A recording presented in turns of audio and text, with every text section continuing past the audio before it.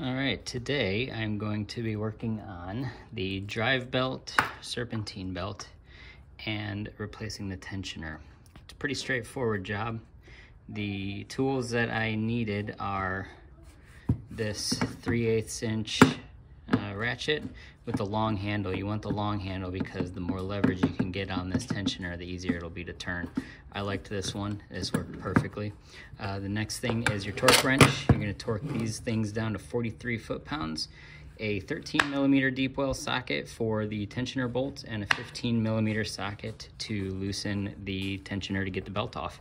That's about it for this job, other than what you'll need to take the cover off. Pretty simple. Recommend changing the belt and the tensioner together, and I'm replacing mine because I get a little bit of a squeal from my belt. Not too much, but I can tell the job is needed and winter is coming, so I'd rather be prepared rather than working at this in 0-degree weather up here in Chicago. Anyways, hope you enjoy this or find anything useful out of it. Let's get started. All right, first things first, we're gonna remove this cover, air intake cover. The instructions to do that are on my page. And your drive belt stuff is your serpentine belt all down here. So you definitely need to remove this to get access. All right, cover is off. One thing that you definitely want to do is take note of the position of your drive belt. I don't readily see my drive belt diagram anywhere on the front of my truck. You know, some cars, they put the diagram as it's like a sticker somewhere, but I don't see it. So note your drive belt position. It's true for any car anyways. So I notice it on the water pump, and then it comes down the alternator here, then back up,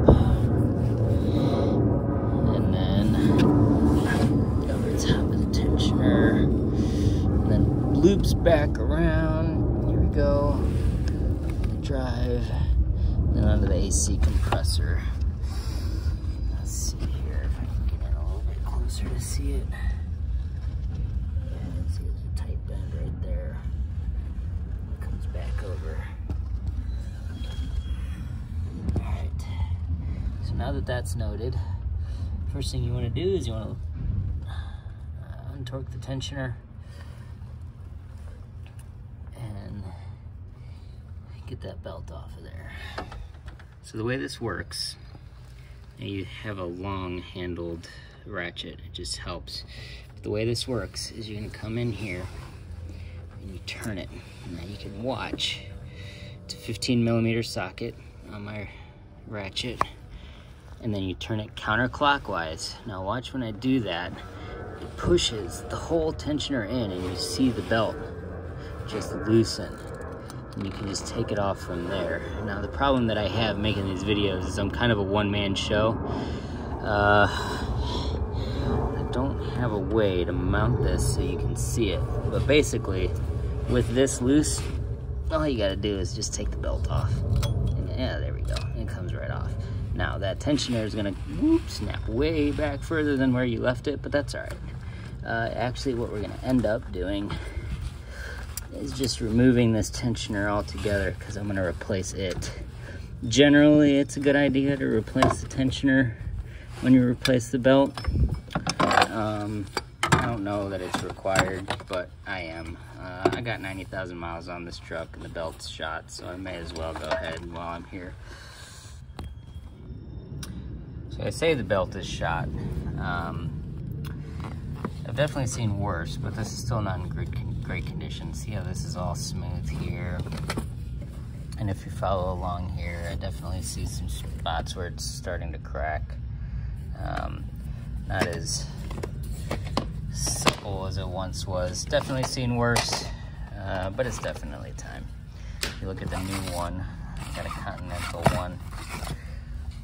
This isn't completely smoothed off. It's a little bit rubbery, sticky. No cracks on the ribbing. It should work just fine. What I would recommend is comparing the length of your new belt with the old one, just to make sure that it's the same length. which is pretty simple to do.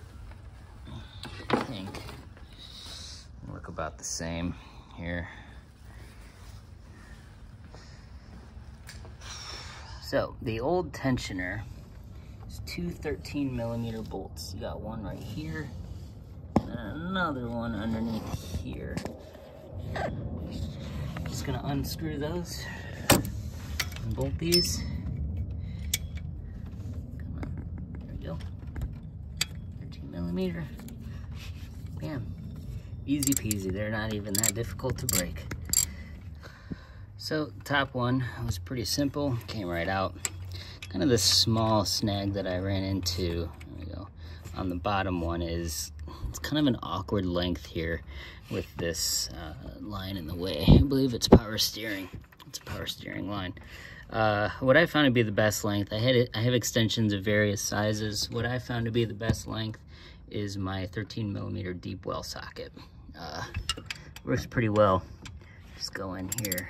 It's the perfect length. It doesn't interfere with the hose, and it sticks out far enough that it's not in the way of the pulley. Okay. So I ended up ratcheting it all the way out on both the top and the bottom, just because it was a little bit more difficult by hand than I initially thought. Come in here, get the bottom one out.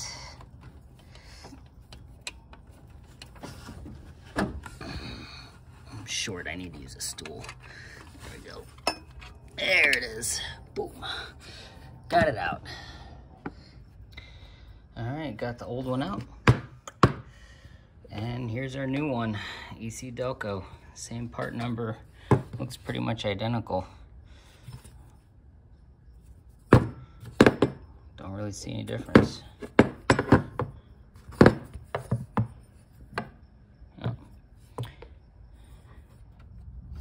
All right, new one is in. Go. Both bolts, for the information, both bolts are identical. I tend not to mix them up. I like to put the same one back where I got it, but I don't think it's that big of a deal. They're the same. The tensioner is on and tight. And one last thing, just give each of your pulleys a turn. Make sure there's no binding. Make sure they spin smoothly. You don't hear any growling or feel anything loose. Sure sign that one of these is getting ready to go bad.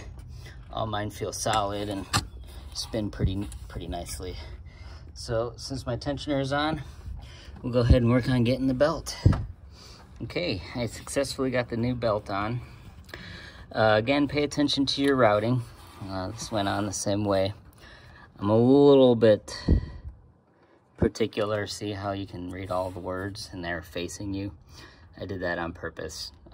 Not necessary, but just because I'm particular. Another trick, quote unquote, that I have found, make sure that the ribbed part is on all of the ribbed pulleys. So basically, I put it on all of the pulleys correctly, except left it off of this one. So then, when I loosen this, all you have to do is just, since it's already on all of the ribbed pulleys, all you have to do is just slide this belt on where it belongs. Tighten it up. You're gonna wanna take a look at it, make sure all the ribs are properly seated on the applicable belts, and make sure everything is in line and again seated properly on the smooth one. Since it doesn't really hold it in, you still want it to show all in line. All right, and as your last step, I'm gonna put the cover on and you will be all done with the job. Pretty simple. Thanks for watching. Keep an eye out for next time I post another one.